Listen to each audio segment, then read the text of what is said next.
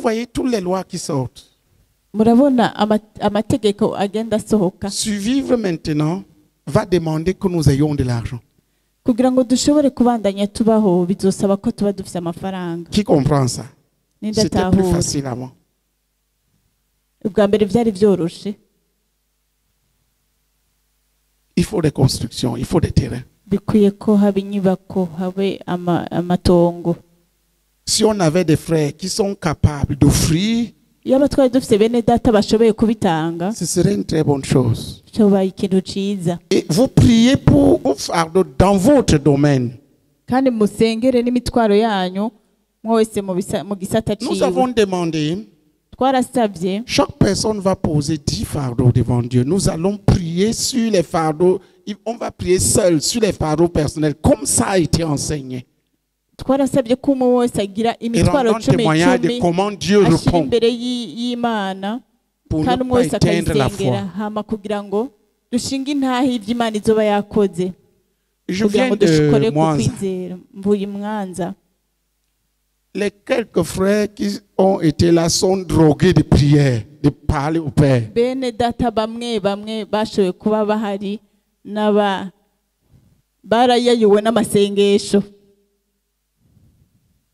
La foi des gens en Dieu grandit pendant qu'ils parlent avec Dieu. Ukwizera mu Mana kuguma kukura igihe bariko baragendana nayo. Donc, les fardeaux, les leaders là, les fardeaux de tout votre groupe, Abarongozi rero imitwaro Faut crier à y'imigwi Dieu. yanyu yose hama dis de tes mugatakambira propres Imana. fardeaux qui vont révolutionner ta vie et ton ministère. Ugira imitwaro izohindura ubuzima bwawe n'igikorwa cawe. Posez-les clairement. Uyivuge uyandike mu buryo butomoye. Demande et reçois. Usabe kandi uronke. Tu demandes jusqu'à ce que Dieu te dise.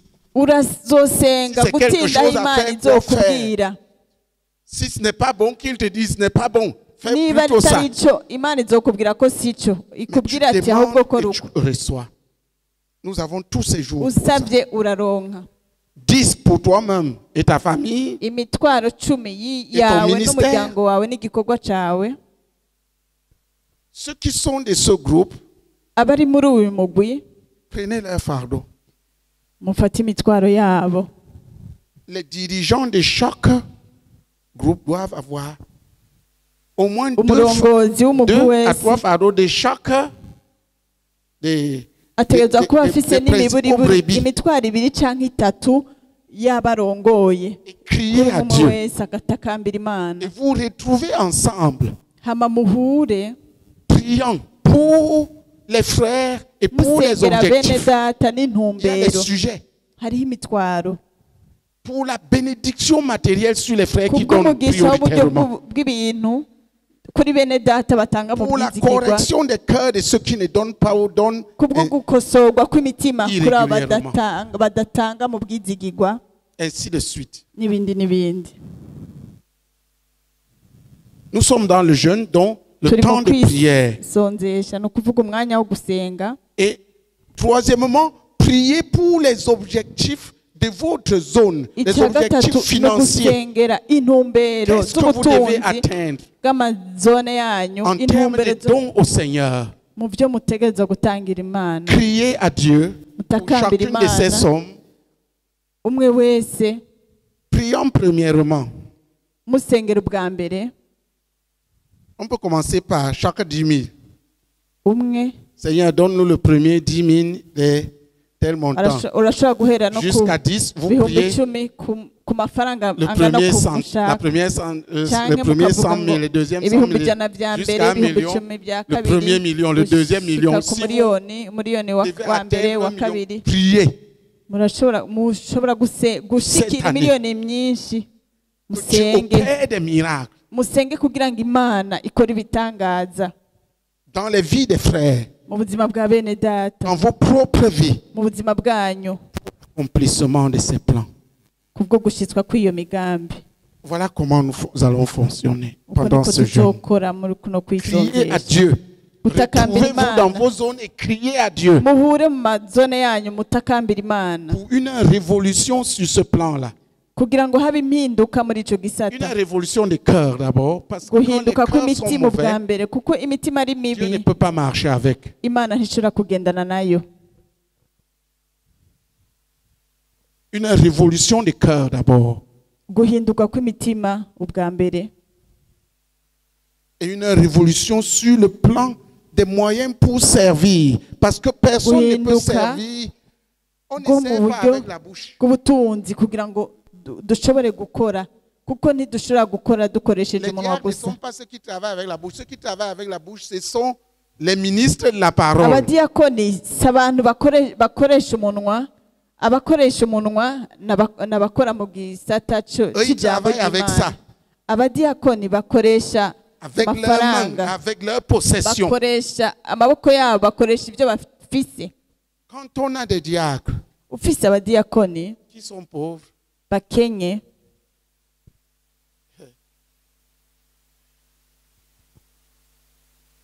oui, ils vont balayer le sol. ego bazokubura, Et quand la pierre va sauter, ariko ibuye qui ntiryavamwo, va acheter le sac de ciment pour remettre? ninde azogura umufuko w'isima kugira ngo arisubizemo? Là, ils vont aller torturer le pasteur Aho bazoca bagenda bakwege pastori en disant les dîmes que nous donnons, ça va où? bakaca bavuga ati none bya bigira 10 dutanga bijahe? Qui a déjà dit ça? Ninde amaze kuvuga Il ibyo? y en a ici. Ne Barahari mentez pas. hano. Ne mentez pas à la vérité. Qui a déjà dit où vont tous les dîmes que nous donnons? Ninde amaze kuvuga ati muri ibi bigira 10 byose dutanga? Lève la main. Manika ukuboko. Vous n'avez pas la force de la vérité. Personne ne te condamne. Nous Nta sommes en nkomezi famille. muvugira zo kuvuga uvuga Logiquement, ukuri. plusieurs ont posé cette question. Benshi Alors ne mentez pas à la vérité.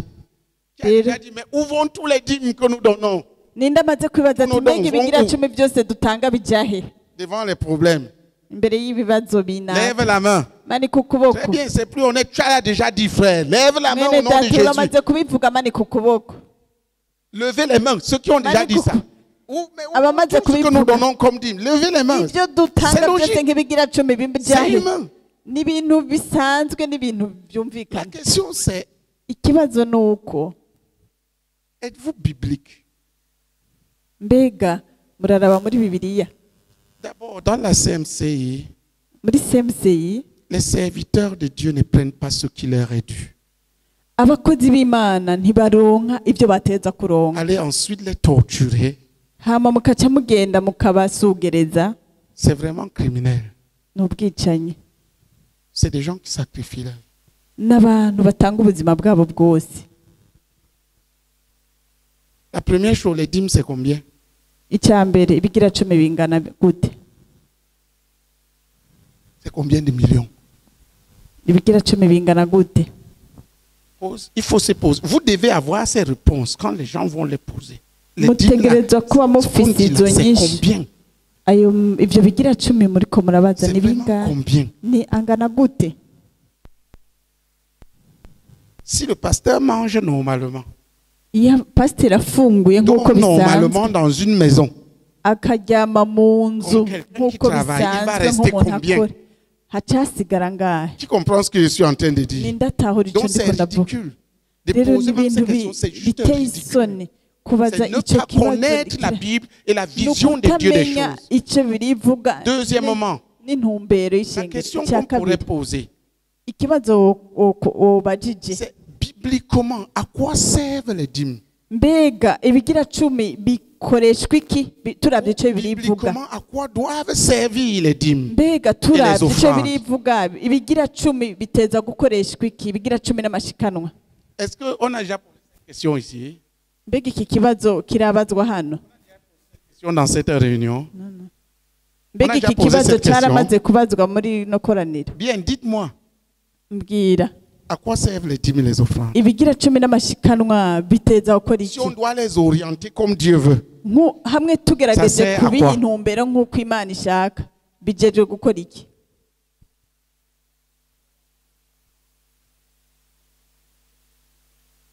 Ça doit servir à la nourriture des serviteurs de Dieu. c'est écrit. Biranditse. pas des serviteurs de Dieu en général, des ministres de la parole. s'abavugabutumwa muri rusange Les n'abatanga ijambo dîmes ry'Imana et les offrandes sont Ibigira bibliquement destinés n'amashikanwa à byategekanijwe assurer nk'uko un biri ministère de la parole Vuga. costaud.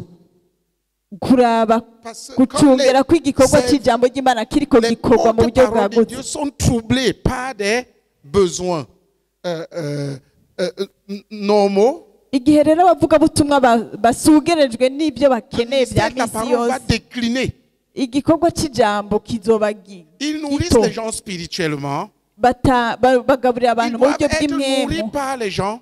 nabo bategereza Pratiquement. kugaburirwa n'abantu mu buryo Mais ce bugaragara droit-là, et moi et mes enfants, nous ne les réclamons pas. ariko ubwo burenganzira Parce que les bwabo gens abana sont méchants. banje ntabwo basaba Chers frères, ni ubunyakibi bene data normalement, les dîmes et les offrandes devraient aider. abigira cumi n'amashikanwa byateza gufasha Apporter les dîmes et les offrandes à la maison des trésors pour avuga qu'il ngo y ait muzane de ibigira cumi la n'amashikanwa nourriture mu dans nzu ma yanjye maison. ngo kugira ngo habe imfungurwa mu nzu Qui a déjà yanjye lu ça? ninde amaze kubisoma Lisez-le, Malachie 3. mubisome muri Malakiya 3 Pour qu'il y ait de la nourriture dans ma maison. ngo kugira ngo habe imfungurwa mu nzu yanjye J'ai eu un disciple qui avait interprété ça comme ceci.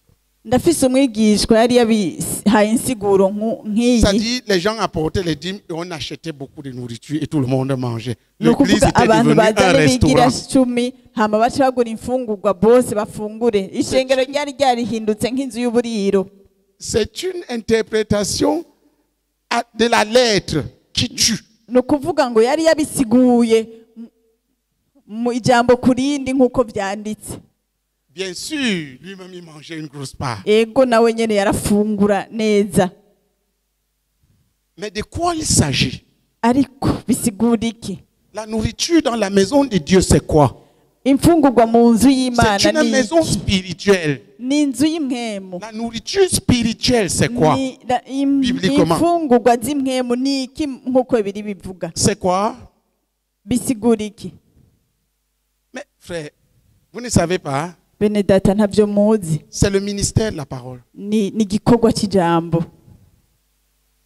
Donc, comprenez que les dîmes et les offrandes avaient premièrement pour but mutahure ko bigira produire cumi n'amashikanwa un byari ministère de la parole bifise intumbero capable de nourrir à fond ugushinga igikorwa cy'ijambo kijejwe kugabura mu buryo bw'imwemu kandi et mu buryo d'envoyer la bwimbitse parole kandi no kurungika ijambo vers d'autres peuples. Parce que c'est à ça que karirungikira l'Église est destinée. ayandi mahanga Qui comprend? n'indatahura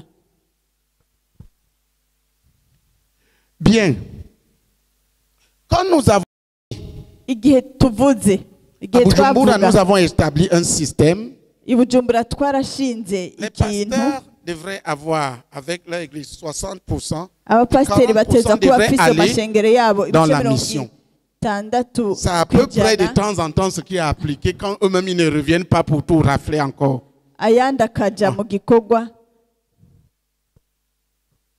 C'était conformément à la parole.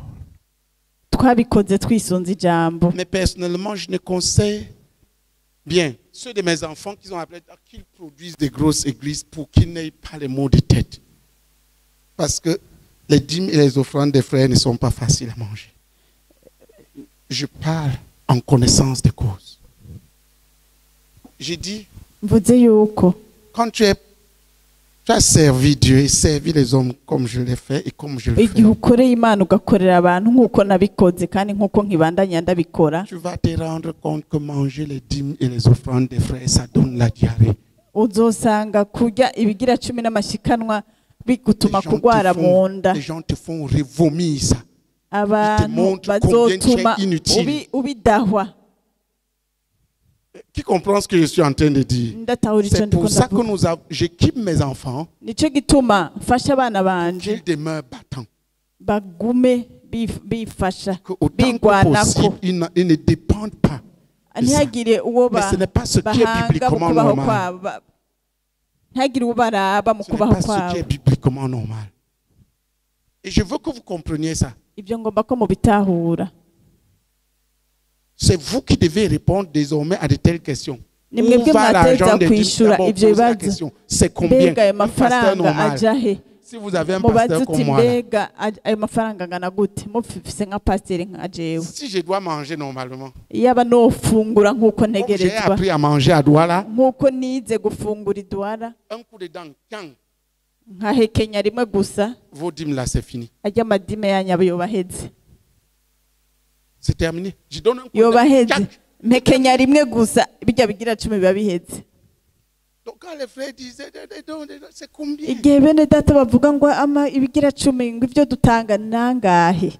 Donc vous êtes en charge de gérer Mutegerezwa rero pour servir kubitunganya les hommes de Dieu. kugira ngo Et vous, mufashe afin abakozi qu'ils puissent b'Imana s'assurer que la parole fonctionne, de kugira ngo gérer barabe ko pour la ijambo mission, riko riragenda neza mais kandi aussi mugatunganya de ku gérer pour le bw'igikorwa bien des choses ariko de mugatunganya l'Église. Mais ce n'est pas ça kubw'ibi- l'essentiel. ibyankenerwa byo mu ishengero ariko si ico byateza si uko Je veux byateza dire que les autres choses à faire dans l'Église, comme la construction, ndiko doivent mvuga yuko ibindi byose byateza gukorwa mu être ishengero le nko produit kubaka des gens qui sont engagés au service avec l'aide des autres dans l'Église. bitegerezwa kuba ibikorwa byavuye mu maboko y'abantu bahisemwo Je suis un serviteur. kubikora mu ishengero ndi umukozi J'ai servi Dieu, j'ai servi le frère Zach, je vous ai servi. narakoreye Imana narakoreye mwene data zake kandi On narabakoreye est ici, c'est bien. turi hano ego ni vyiza Ces trucs qui ont coûté 5 ibi millions. byose byatwaye imiliyoni 5 ibi byose tubigura Nous avons vidé notre compte twarogeje amakonti yacu pour acheter tout ça. kugira ngo tugure ibi byose. Ne parlons pas du terrain. Ntuvuge rero iki kibanza.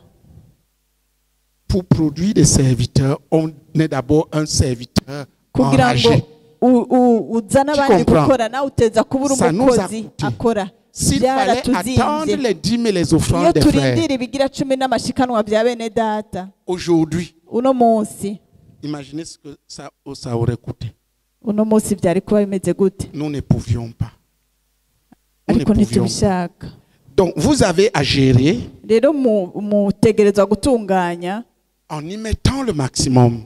mwebwe nyene Vous avez des mushizemo byinshi ministères particuliers bishoboka. à faire. Vous devez avoir l'argent pour ce faire. mutegerezwa rero kuba mufise amafaranga kugira mushobore kubikora. Ishengero yashobora kubafasha. L'église peut vous aider. Ishengero yashobora kubafasha. Mais ce n'est pas l'église qui a votre ministère. Ariko si ishengero rifise igikorwa cyanyu. Le ministère de chaque personne igikorwa cya buri wese doit coûter à la personne. gitegerezwa kumuzimba. Un ministère qui ne te coûte rien n'est pas ton ministère. Dieu igikorwa ne la crée pas. kitakuzimbye si igikorwa cyawe kandi Imana ntikizi. Le ministère est comme un hôtel. Et comme l'offrande Igikorwa que la ni personne pose sur un hôtel, c'est ton offrande à toi. ni nk'igicaniro hama nawe ugashirako ikimazi. Pour qu'il soit agréable à Dieu, il doit être fait de tout le cœur. kugira ngo cyemerwe n'Imana giteza kuba gikozwe n'umutima wawe wose n'umushaha wawe wose n'inkomezi zawe zose. Voilà ce que je peux vous dire. icyo nico nobabwira. Plus vous serez nombreux, vous avez besoin uko de muzaba bâtir vos mwinshi équipes sur mutegereza deux kubaka plans. imigwe yanyu mu buryo bubiri. Un, le nombre. ubwa mbere igitigiri. Deux, l'efficacité. bwa kabiri ibikorwa bishitse. Qui comprend? Nindatahura. Si tu as 100 personnes ufise abantu 100 qui donnent 0,001 franc, batanga ubusa n'ibice birenga ko by'amafaranga. Regardez, Raba. prends ça. Pour ceux qui ont fait les mathématiques, abizi ibiharuro 0,001. ubusa n'ibice, disons même 0,999. tuvuge ubusa n'ibice,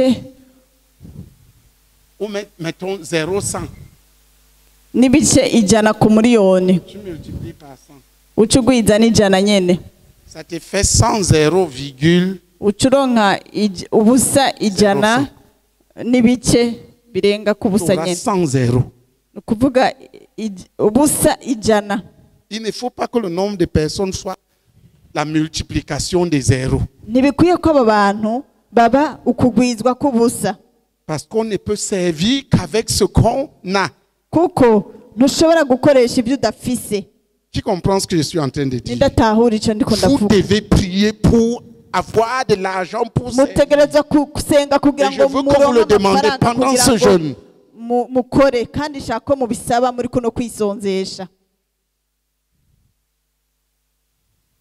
Qu'est-ce que tu dois atteindre? Ni igiki uteza gushikako? Et comment vas-tu l'atteindre? None uzogishikako gute?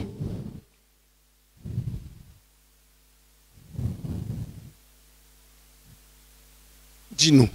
Tubwire. Et donne au chef du groupe. Et vous vous retrouvez, vous jeûnez Ubihe et priez pour ça. umurongozi wa Le plus régulièrement possible pendant ce jeûne. hama muhure kugira ngo Et mubisengere que Dieu, kenshi gashoboka notre Père, si c'est que vous priez, qu'il vous exauce. kandi so wo Si deux mwijuru arazi ko icyo d'entre vous musaba s'entendent, izobishura. demander une Babiri chose, ni elle muri leur mwebwe fait. nibahuza inama Priez votre n'ingingo groupe de prière. kugira ngo basabe Portez ikintu vos fardeaux. mugire imigwi yanyu kugira ngo musengere imitwaro Tu yanyu. comprends? Nindatahura. J'ai dit, il y a les fardeaux personnels, Navuze yuko hari imitwaro yawe, il y a les fardeaux des frères. hari imitwaro ya bene data. Vous prenez 1, 2, 3 fardeaux essentiels. Mufate des frères, et umwe vous canke priez. ibiri itatu. Il y a les fardeaux Hariho de imitwaro l'église y'ishengero concernant les finances. mu vyerekeye ubutunzi. Qu'est-ce qui doit arriver? Niki kitegeza gushika? Mais chacun fait des fardeaux. Il Ariko umwe prie ses wese fardeaux. agira imitwaro Et kandi prie ayandike. là-dessus chaque jour. Tu mets les Kandi 10. uyisengere Chaque ku jour, munsi tu ku pries 7 munsi. fois. Ijya 10 uyisengere. Tu pries et tu Une t'attends à seconde, Dieu. oui. Il va te répondre. Il va même te donner des directives. Je veux que chacun commence à parler avec son Père. Umwe wese atangura abwire se azoguha intumbero. Qui comprend? Nindatahura. Tu pries 7 fois. Ubisengere inshuro ndwi. Tu attends un peu. Kuranyumva Si tu neza. n'as pas encore reçu, ce n'est pas grave. Prie l'autre 7 fois. Tu seras surpris. Beaucoup Uzotangara. de choses vont se passer avant la fin de ce jeûne. Ibintu bizokoreka imbere y'uku kwisonzesha Parce que kwacu kurangira. quiconque demande reçoit. Kuko buri wese uwusaba wese aronka. Mais il y a des choses qui vont demander des batailles plus grandes. Ariko La hariho ibindi participation de bisaba ton groupe ou de ton assemblée. ugushira hamwe inguvu bisaba urugamba rukomeye bitegerezwa ko haba Vous umugwi prenez ugiye les hamwe fardeaux. mufate iyo mitwaro Tu pries seul comme dirigeant. Tu les rassembles, vous ubisengere priez wenyine ensemble. nk'umurongozi hama muhuye musengere Si hamwe deux d'entre vous s'entendent, babiri ça, c'est muri Matthieu mwebwe combien? nibahuza inama n'ingingo ni Matayo kangahe? Matthieu, si deux d'entre vous s'entendent pour demander une chose, vous avez babiri les Bibles, hein? nibahuza inama huza inama n'ingingo kugira basabe ikintu Elle sera donnée. Car là où deux et trois sont ensemble en mon nom, bazobihabwa kuko babiri je suis au cyangwa milieu d'eux. batatu nibakorana mu Travail izina doit être ryawe fait nzoba dans les hagati assemblées, ayo mitwaro par itegerezwa chaque dirigeant d'assemblée, et son groupe, gusengerwa mu makoraniro dans les différents groupes que nous avons faits.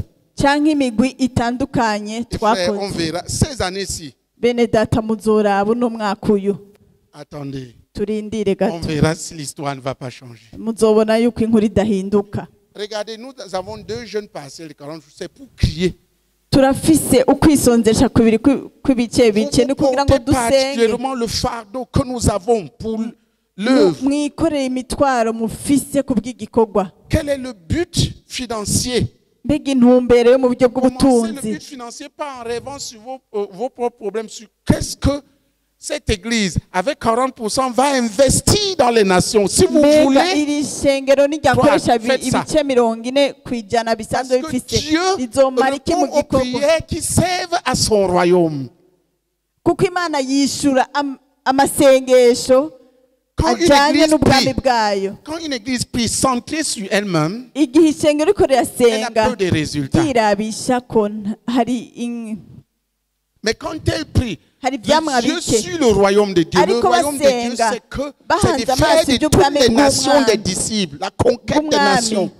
ico naco ni ukunyaga amahanga Quelle est kuri notre kristo. participation financière?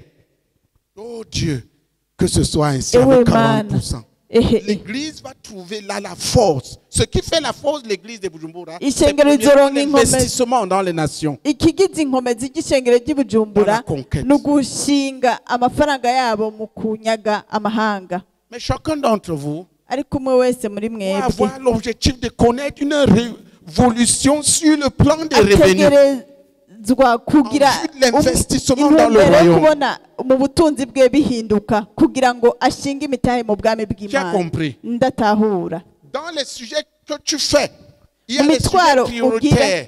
hariho imitwaro nyamukuru, Multiplication des revenus. kugwizwa k'ubutunzi.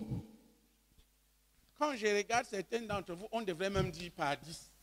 Ndiko ndaraba bamwe muri mwebwe hariho abo twovuga kugwizwa n'icumi, Mais disons tout simplement par 3. ariko tuvuge gusa bigwizwe na Priez à gatatu. Dieu. Dutakambira Imana. Il y a une fois qu'on avait demandé la multiplication par 4. Hariho igihe twasabye kugwizwa kugera ku bice bine, kugwizwa na kane. Les revenus d'une sœur qui gagnait déjà suffisamment, on multiplié par 11. Hariho La umwe plupart qui étaient là. benshi muri bo révolution. harabaye impinduka, hariho na bamwe bagwijwe ko 11. Voilà votre fardeau. Uwo ni wo mutwaro Et wanyu, vous priez pour l'église entière. kandi musengera ishengero ryose. Oh Dieu, Ewe Mana, lève-toi haguruka et combat pour nous pour multiplier les tugwanirire kugira ngo utugwizirize revenus de chaque 5 par 3. ubutunzi bwacu, ubutunzi bw'uwera wese ugwizwemo gatatu. Entre vous en groupe, Hagati yanyu mu mugwi vous priez sur les fardeaux. musengera iyo mitwaro, hama Ceux muyisangire qui n'ont pas n'abandi. de revenus stables, que Dieu leur donne un revenu stable. Abatagira amafaranga yamaho, Et qu'ils Imana les ibahe conduisent et leur amafaranga, montrent comment ubutunzi réaliser ce bw'ubwo. revenu.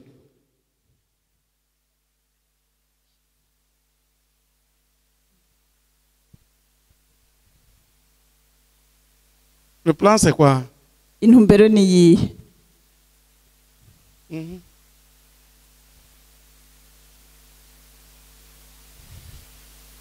Hmm? Tu ne m'as pas dit le vrai Ntiwambwiye plan que neza, tu avais. ntiwambwiye imigambi Je suis d'accord. ufise. Pour le plan là, l'étude finit quand? Uzowuheza ryari? Très bien. Ouvre un cabinet. Oui. On en a besoin. Turawukeneye. Amen. Amen. Des plans clairs Imigambi et itomoye, des cris à Dieu seul, kandi ensemble. uyitakambira Imana uri wenyene cyangwa uri kumwe Nous devons n'abandi. changer de statut sur le plan financier. Dutegereza guhindura Et je vous dis la vérité. mu buryo bw'ubutunzi. Dieu n'ira pas chercher les riches dehors. Ils vont venir pour Imana nous troubler. ntizojya kurondera Si nous abatunzi voulons hanze. vivre, Dieu doit élever les gens, que Dieu élève les gens au milieu de nous. Imana ihagurutsa abantu hagati yacu, Des gens et des femmes fidèles. abagabo n'abagore babizigirwa. Voilà ce à quoi je voudrais que vous vous attelez. Naho rero nashaka ko muhagarara. Qui voit le travail à faire. Ini ndabona igikorwa tuzokora. J'ai dit ceci. Navuze ngo Vous particulièrement, mwebwe mu buryo bw'umwihariko vous avez à évoluer dans 2 domaines. mutegerezwa gukura Dynamiser mu buryo l'équipe mu bisata bibiri. en termes de nombre Imigwi yanyu ikure mu et bitigiri, dynamiser l'équipe en termes d'efficacité, n'imigwi yanyu ikure de capacité bikorwa financière. bishitse Il mu faut buryo que Dieu vous capacite, ibahe ubushobozi bwo mu buryo bw'ubutunzi. vous donne ce qu'il faut. Imana ibahe ibikenewe byose. Chaque serviteur de Dieu étant une maison spirituelle Umukozi w'Imana wese akaba Comme maison n'inzu spirituelle. y'imwemu. a besoin de 3 choses. Inzu y'imwemu ikeneye ibintu bitatu. 1. Icya mbere, De connaître tout ce qu'il doit faire pour que Dieu soit content. gukora, kumenya bien ça. icyo Imana, De lui. kumenya icyo ari bukore kugira ngo Imana Et inezerwe. pour vous dire vrai, c'est tout simplement le message de Bertois. Ndababwije Tu ukuri, t'entraînes ni là-dedans, bwa Dieu butumwa sera content bwiza de toi. bw'ibertwa. Enseignez-leur à observer ngo tout ce que je vous ai mubigishe prescrit. kwitondera Et ibyo voici, je nabategetse suis byose avec vous. kandi Dieu nzobana sera namwe avec ndi toi. kumwe Tu as namwe besoin d'abord de imana iri t'assurer kumwe de ça. nawe utegereza gucungera ibyo Écoutez, bintu la première chose ikintu cya mbere que chaque enfant de Dieu, chaque umwana serviteur de w'imana Dieu wese doit umukozi rechercher, w'imana wese ateza kurondera c'est qu'est-ce que Dieu veut que nous fassions mbega que je imana fasse. ishaka ko dukora iki cyangwa ishaka ko afin nkora qu'il iki soit satisfait. kugira ngo inezerwe. C'est tout ce que nous enseignons là. Enseignez-leur à Ibyo observer ni tout ce que je vous ai bya bindi prescrit. Et twigisha ngo voici, bigishe je suis avec vous. kwitondera bya bindi byose nababwira ngo Qui kandi comprend? nzobana namwe nindatahura. Je vous assure, quelles que soient tes faiblesses, quelles que soient tes incapacités, ndababwije ukuri tu uko peux le ufise faire intege et nke avoir Dieu avec toi. canke uko udashoboye byinshi urashobora kubikora Bâtir kandi une vie de ukagira prière uteza seule, c'est à ça gukora que je suis kugira en train ngo de vous conduire. imana Une vie ibane de lecture nawe. biblique, de méditation. Ubuzima bwo Seul. gusoma bibiliya bwo kurimbura Une vie de gusenga lecture de nos wenyine livres et d'écoute de mes messages comme votre Père. Vous allez vous ubuzima bwo voilà les points gusoma à régler. ibitabo Et les bénédictions, data ça c'est sur le wacu. plan seul. aho ni mu buzima bwa wenyine. Ensuite, il y a le service. Igikurikira Et hari tout le reste. ibikorwa n'ibikurikira bindi. Amen. Amen. Donc, je cherche premièrement, qu'est-ce que Dieu veut que nous ubwa fassions? mbere ndondera mbega Qu'il soit imana content. ishaka ko dukora iki kugira ngo inezerwe. Il y a une chose. Hari ikintu Quand le diable voit quelqu'un qui brûle, igihe satani abonye umuntu arurumba il cherche à le freiner. agerageza uburyo bwose bwo En kumuhagarika exacerbant ses appétits charnels. mu kuduza ibyo ashaka mu buryo bw'umubiri. Parce que chacun d'entre nous a des appétits charnels qui kuko peuvent le umwe faire sombrer. wese arafise ibyo yoshaka mu buryo bw'umubiri Il a vu que la byomutuma personne est très engagée. anyohwa. Il vise une chose, décourager la personne. abagamije ikintu kimwe satani guca intege uwo muntu. Mais voici la sagesse. ariko ubwenge n'ubu J'ai appris ça à partir du message Santa Cruz. Le réveil dans nabyize ta muri vie bwa butumwa personnelle bwiza bw'i va Santa venir tout Cruz. simplement par l'obéissance à Dieu. Ce n'est pas par la concentration sur les faiblesses. umuvyuro Parce que la concentration sur les faiblesses tue. ntuva mu kwitwararika intege nke zawe. Qui comprend? nindatahura Dans ce message, il a dit muri quel ubwo que butumwa soit son bwiza état, tu uko prêches buri l'évangile. kose vuga ubutumwa La bwiza. prédication de l'évangile, permettez-moi de vous kuvuga dire, ubutumwa bwiza nyemerera est ndabibabwira utile pour toi. burakenewe mu buzima Pas bwawe. que tu vas prêcher comme un évangile, mais tu dois ntuzovuga parler de ubutumwa Jésus nk'umuvuga pour ubutumwa toi. bwiza ariko uzovuga yesu ku Juste bwawe pour que le Saint-Esprit kugira commence ngo à mouvoir dans ta vie. mpemu Parce que tu yera as besoin du atangure gukora mu Saint-Esprit pour buzima réussir bwawe dans kuko ton urakeneye ministère. mpemu yera kugira Je ngo n'ai pas ushobore encore kuranirwa mu enseigné sur gikorwa l'évangélisation. cyawe. sindiko ndavuga ku Mais il y a ivugabutumwa le commandement ariko hari d'évangéliser qui icyagezwe est commun. cyo kuvuga ubutumwa bwiza kuri bose. Quand tu as honte de Jésus, ufise isoni za yesu tu es privé de puissance urabura ubushobozi dans tout le reste. mu bindi byose. Qui comprend ce que je dis? nindatahura C'est pour icyo ça que mvuga. nous enseignons tout le monde à nicyo parler de gituma Jésus. twigisha Les gens uwo ari we sont wese avec toi, kuvuga yesu. Et je vous ai dit, chaque Kandi personne avec narababwiye, la Bible en main. umuntu wese ateza kuba afise bibiliya mu biganza Monsieur de byiwe. Bosco, où est ta Bible? mwene data Bosco bibiliya yawe En iri main. mu Que je ne te biganza. vois nulle part sans cette Bible. Comme ça, sindakubona ahantu nta hamwe utayifise. les commerçants vont savoir abadandaza qu'ils ne doivent bazomenya pas te proposer la corruption. ko badashobora kukubwira J'ai ibyo enseigné bituriye. ça. ibyo narabyigishije. Ma Bible, si vous me voyez, vous iyi bibiliya yanjye muzokwama muyimbonana. même le diable, frère, na satani bene data si j'ai cette Bible mfise iyi bibiliya et il veut me faire des propositions, akaba ashaka kugira ibyo ashaka kunjanamwo il va se décourager. Ça, acika intege. la Bible dit que liez la parole à votre main comme un ni signe. ukuvuga ngo mugumize C'est le ijambo signe mu que tu biganza portes. byanyu Les enfants de Dieu nk'ikimenyetso. fuient ça parce qu'ils ont honte de Jésus. abana b'imana ibyo barabihunga kuko bafise isoni rya Montrez-moi yesu. vos Bibles.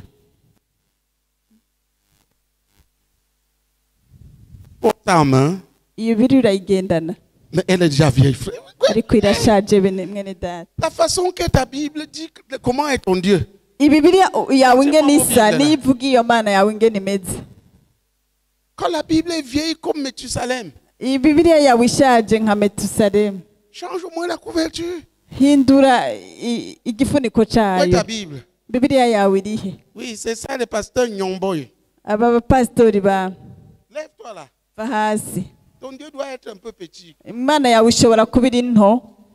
Pourquoi ta Bible est petite? Kubera ko bibiliya yawe ari nto. Et tu marches partout criant Jésus. Kandi Une ahariho bonne hose grosse ugenda Bible, uvuga frère, Yesu utegereza visible. kurondera ikibibiliya kinini kiboneka. Et tu vas avec ça partout. Kandi uyigendana hariho hose. Ils ont des longs portables. Ils Barafise devraient commencer à casser. amatelefone manini manini yiri nzoyimena. Ils marchent fièrement avec. Urabona abantu ngende bagenda Ça, là, c'est bishimye la n'amatelefone Bible du diable. yabo. Iyi ni bibiliya ya Satani. Tu mourras ici. Uzopfira Tu ne fais pas hanyene attention. utagavye.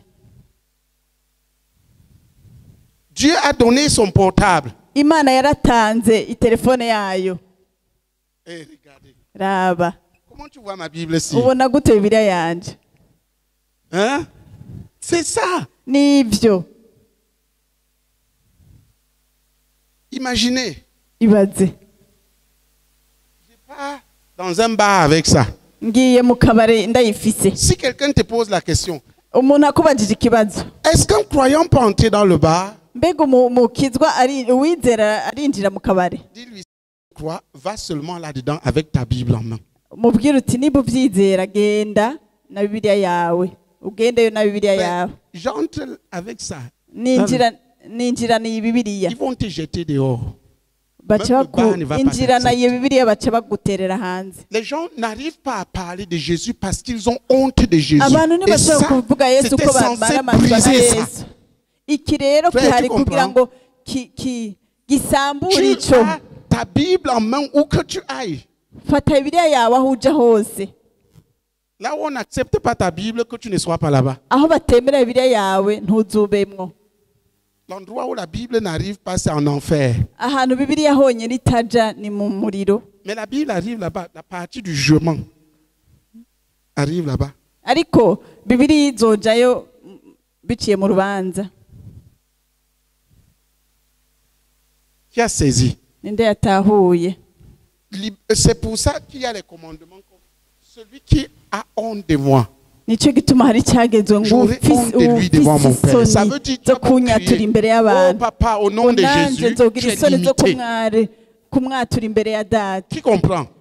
Igihe Jésus ushaka a kuvuga honte de toi data, devant son Père. Même tes prières sont limitées. Yesu Ton azogira ministère isoni zo kukwatura imbere ya se n'amasengesho yawe azoba afise ahantu a la agarukira. valeur, à la mesure que la personne plaît à Dieu. Iri Première chose. rifise agaciro ku rugero uwo muntu ahimbara Imana.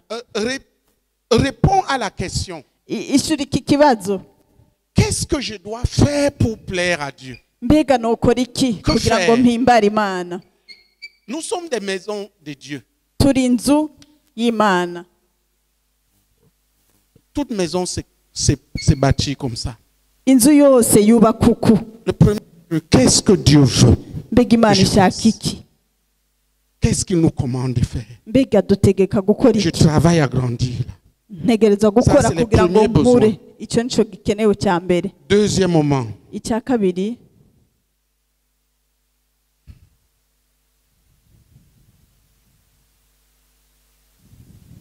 qu'est-ce que je dois posséder?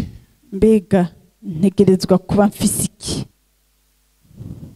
Pour que je puisse accomplir ce à quoi je suis appelé. ntegerezwa gutunga iki kugira ngo nshobore gushitsa icyo nahamagariwe.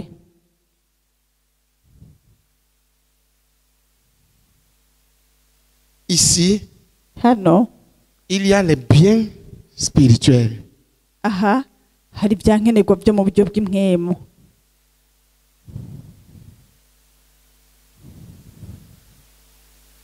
Et il y a les possessions matérielles. Kandi hari ibyo uteza gutunga mu buryo bw'ibintu. Icya gatatu, Faut que Dieu, mbega Imana yokora iki pour que sa volonté soit pleinement accomplie. kugira ngo ubugombe Là, bwayo c'est le bushitswe travail de bwose. jeûne et prière. Icyo ni igikorwa cyo Ce kwisonzesha que no Dieu peut gusenga. faire, toi tu ne le peux pas. Icyo Imana yokora budashoboye gukora. Qui comprend les choses qu'il lui faut? Ninde atahura ibyo akeneye. Je veux dire, deuxièmement, quelle est la présence de Dieu que je dois avoir sur moi? Mbega ntegerezwa kugira urugero Les dons, rw'Imana les rungana gute bénédictions mu que buzima je dois bwanjye avoir. kugira ngo ntegerezwa kuronka ya migisha nteza kuronka. Ça peut, on peut même les mettre dans les possessions.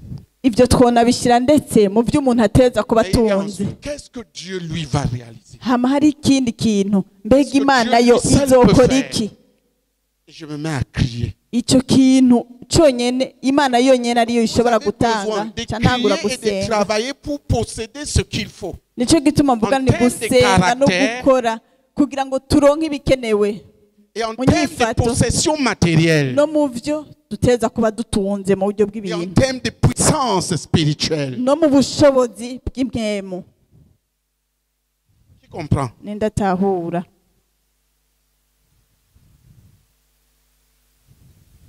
Par exemple, Nk'akarorero dans votre domaine, mu gisata cyanyu posséder demande quoi? gutunga Materiellement. bisigura iki? Bisaba Demande iki? une vision claire, la foi. Bisaba kugira intumbero itomoye, ukwizera. Un jour, je vais vous enseigner sur la Umunsi umwe foi pour la nzobigisha réalisation des grandes choses. ukwizera kugira ngo ushobore gukora ibintu bikomeye. Donc, criez à Dieu pour ce que vous Gutakambira devez Imana avoir. kuri Le ibyo genre de byose vie muteza kuba que tu dois mufise, avoir, ubuzima uteza kuba ufise, mais aussi le genre de possession matérielle sans kandi lequel ibyo ton ministère utegerezwa n'ira nulle part. kuba utunzi Et demandez. bitahari igikorwa cyawe kitashobora Si ce kugera n'est pas quelque chose bisabe. que Dieu veut que tu demandes, lui-même il va te corriger. Niba ari ikintu Imana ishaka kutosaba yonyine Mais que izogukosora, chacun demande ariko umwe wese asabe avec la détermination de recevoir. Afise Ne demande pas intumbero pour yo ne pas kuronka. recevoir. Demande jusqu'à ce que tu reçoives. usabe gutinda aho uronka. Qui a compris? Ninde yatahuye? Voilà ce que je vous partage ce soir. Icyo nicyo ngomba nabasangije kuri uno mugoroba. Repérez clairement ce qu'il vous faut Mutore neza uburyo Pour mieux butomoye servir ibyo et mukeneye demander. kugira ngo J'ai dit mukore particulièrement la hama musabe. multiplication des revenus.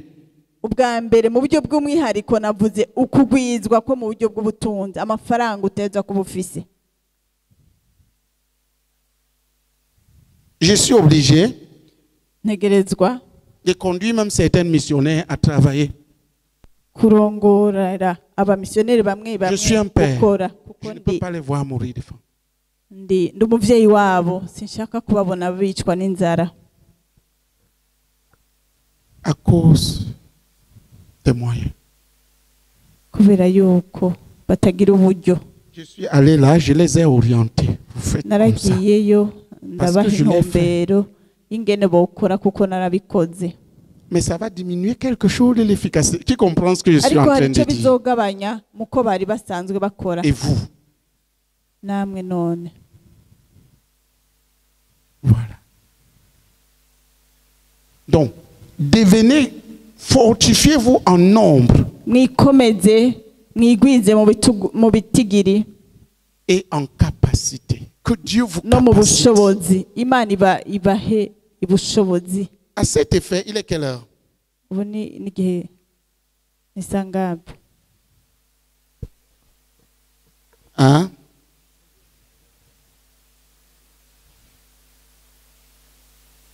À cet effet, Kuri ivyo rero il y a un sujet qui est en train de sortir. hari mutwaro uri kurasohoka. Parfois, visite-nous pendant ce jeûne. Papa, tugenderere muri kuno kwisonzesha, Équipe-nous et capacite chacun d'entre nous duha ibikenewe byose, duha ubushobozi umwe umwe wese muri twebwe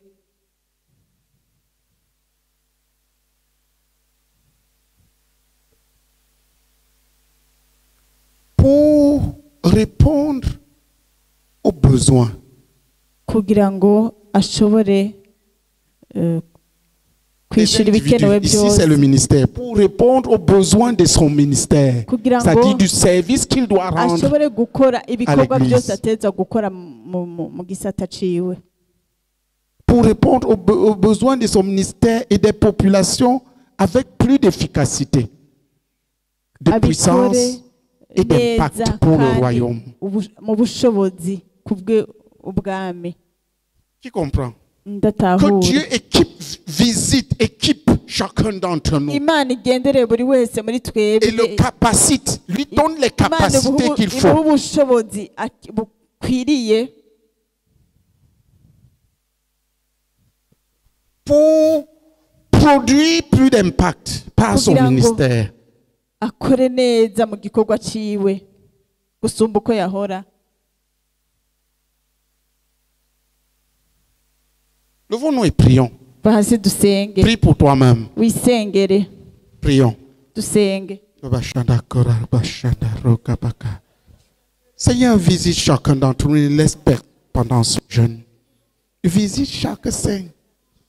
Équipe-nous, papa. Capacite chacun d'entre nous pour pouvoir répondre aux besoins de son ministère avec plus d'efficacité, plus de puissance et plus d'impact pour le royaume et pour les que tu attaches à nous.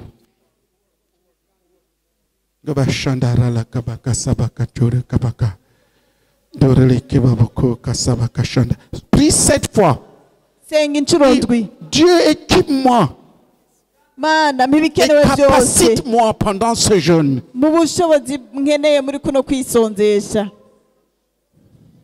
Pour répondre aux besoins de mon ministère. Avec plus d'efficacité, plus de puissance et plus d'impact pour le royaume. Et pour tes plans qui sont attachés à moi. Chacun d'entre nous doit crier à Dieu jusqu'à ce que le ciel s'ouvre là-dessus.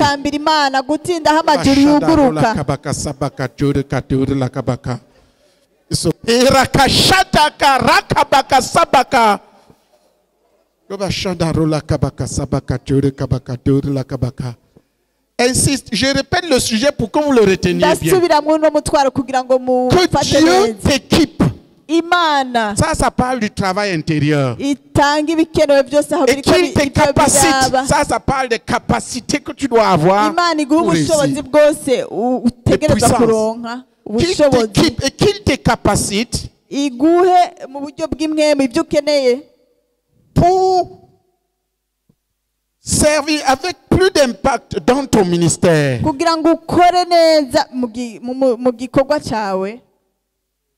Alléluia. Alléluia. Pour répondre aux besoins de ton ministère avec plus d'impact pour le royaume et pour les plans de Dieu qui sont attachés à toi. Frère, reprenons ça 3 fois. Tu pries encore pour toi-même. Prions.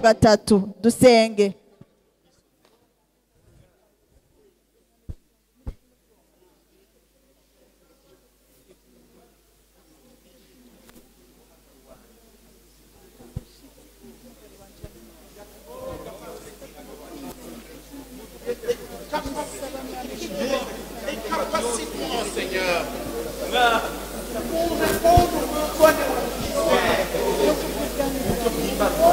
plus d'impact, de puissance, et pour ton royaume, et pour tes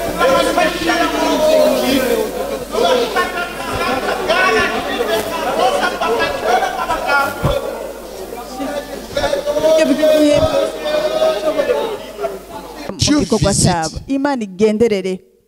équipe et capacite itanga ubushobozi, itanga ibyankenerwa byose dans la CMC. kuwera wese wo muri CMCI. Nous avons 3 jeunes à poser dessus cette année.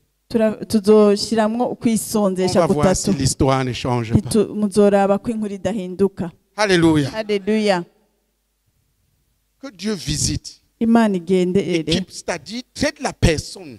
Ihe uwo muntu ibyakenewe byose mutunganye. C'est-à-dire donne la puissance, la faveur qu'il faut. Imana imuha ubushobozi cyangwa ibakwe byose akeneye, imuha ibikenewe byose. Pour qu'il puisse répondre aux besoins de son ministère. Kugira ngo ashobore gutanga ibikenewe byose mu gikorwa ciwe. Avec plus d'efficacité, plus de puissance et d'impact pour le royaume et pour les plans de Dieu liés à lui. No kubw'imigambi Imana yari isanzwe imufiseko. Prions encore 3 fois. Dusenge kandi.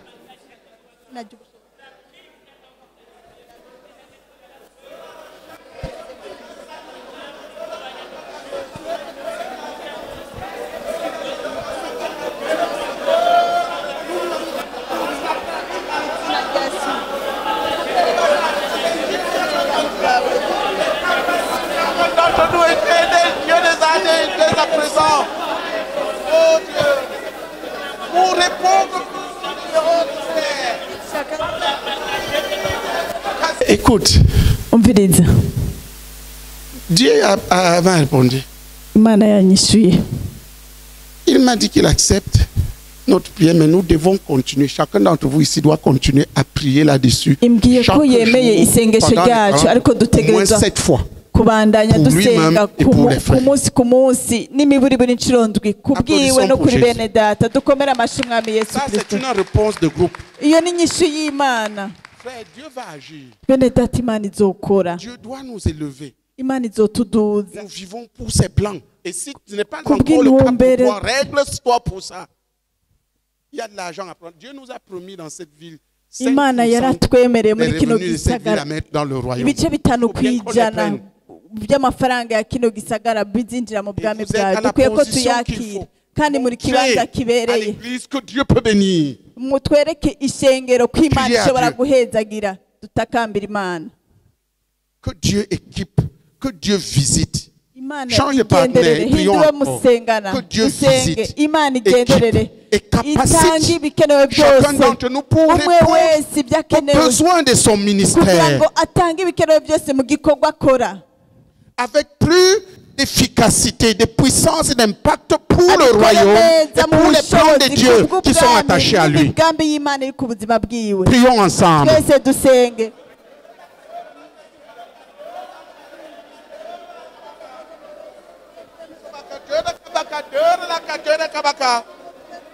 Sobaka shandaraka. Sabaka rabashinde karola kabaka.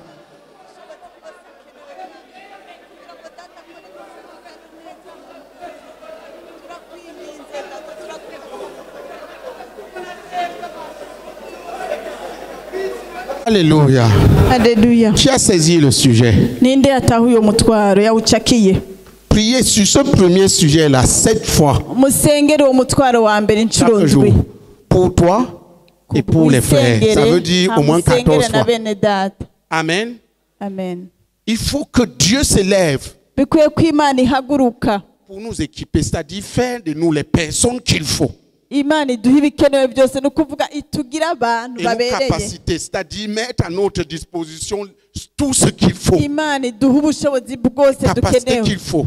ubushobozi bwose dukeneye Pour répondre aux besoins de ton ministère, kugira ngo dans l'œuvre et dans les nations. utange ibikenewe byose mu gikorwa Répondre aux cyawe besoins de ton ministère kugira ngo utange ibikenewe byose mu gikorwa cyawe avec plus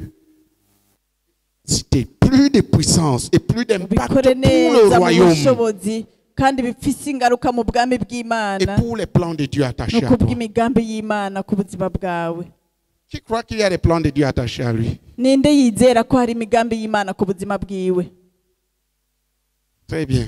C'est pour ça qu'on est en train de prier là. nicyo gituma turiko turasenga Si Dieu avait prévu que tu donnes, que tu puisses avoir à ta disposition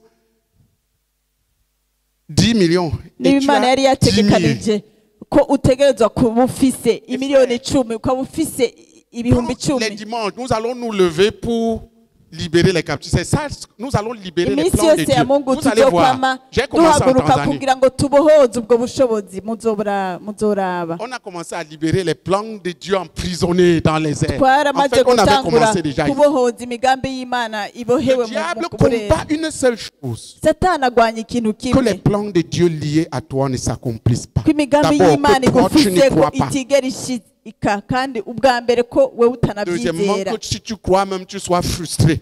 icya kabiri Ça ne s'accomplisse n'icyo pas. wizera utinde ugira umubabaro ko bitazigera Nous binashika devons lutter spirituellement et lutter pratiquement. bikwiye rero kugwana mu buryo bw'imwemo tukagwana mu buryo Prions bugaragara encore ensemble. Prie pour twese toi-même, dusenge prions encore ensemble. wisengere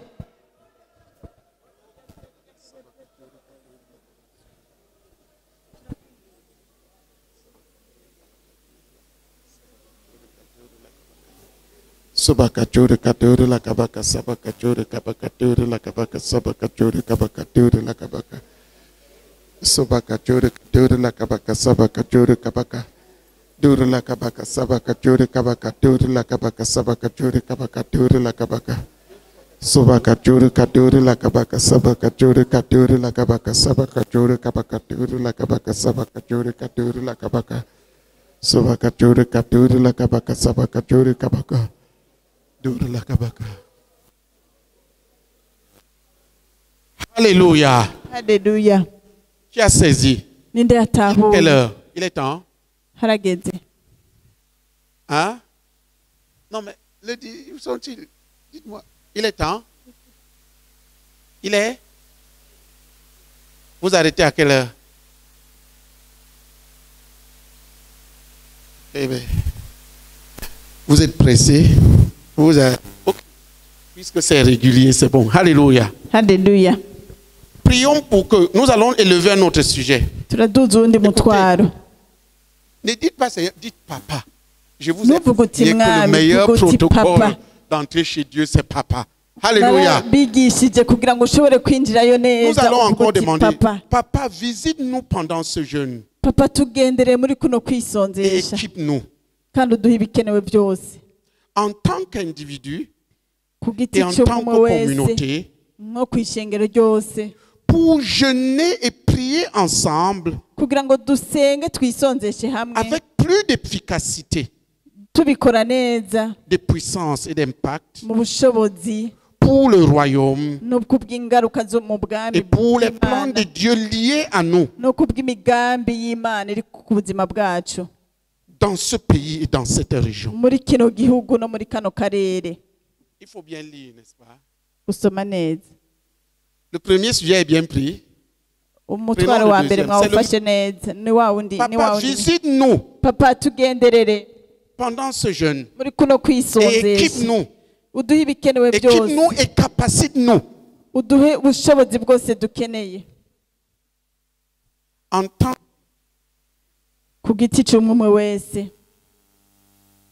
et en tant que communauté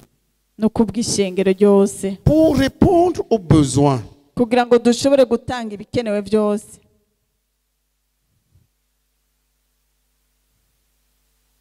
C'est un sujet qui va être un peu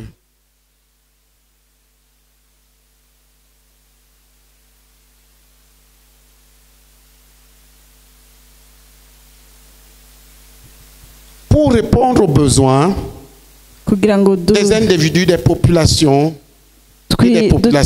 avec plus d'efficacité et de puissance d'impact pour le royaume et pour tes plans attachés à nous. Si tu écris bien, tu pourras mieux prier. Parce qu'il y a ça pour le jeûne et la prière ensemble. Il y en a pour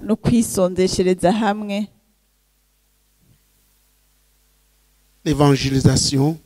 Mais le sujet que je voulais faire passer aujourd'hui pour vous particulièrement, c'est la libération des capacités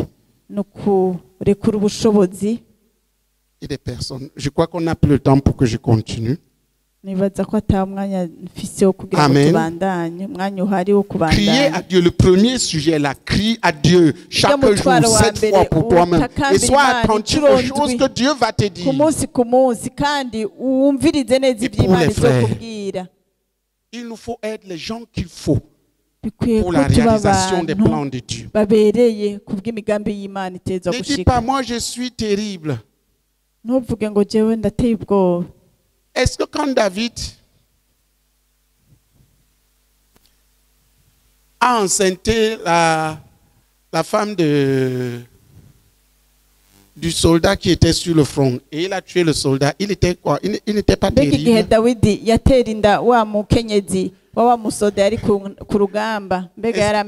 Est-ce qu'il était terrible ou pas? Il était terrible?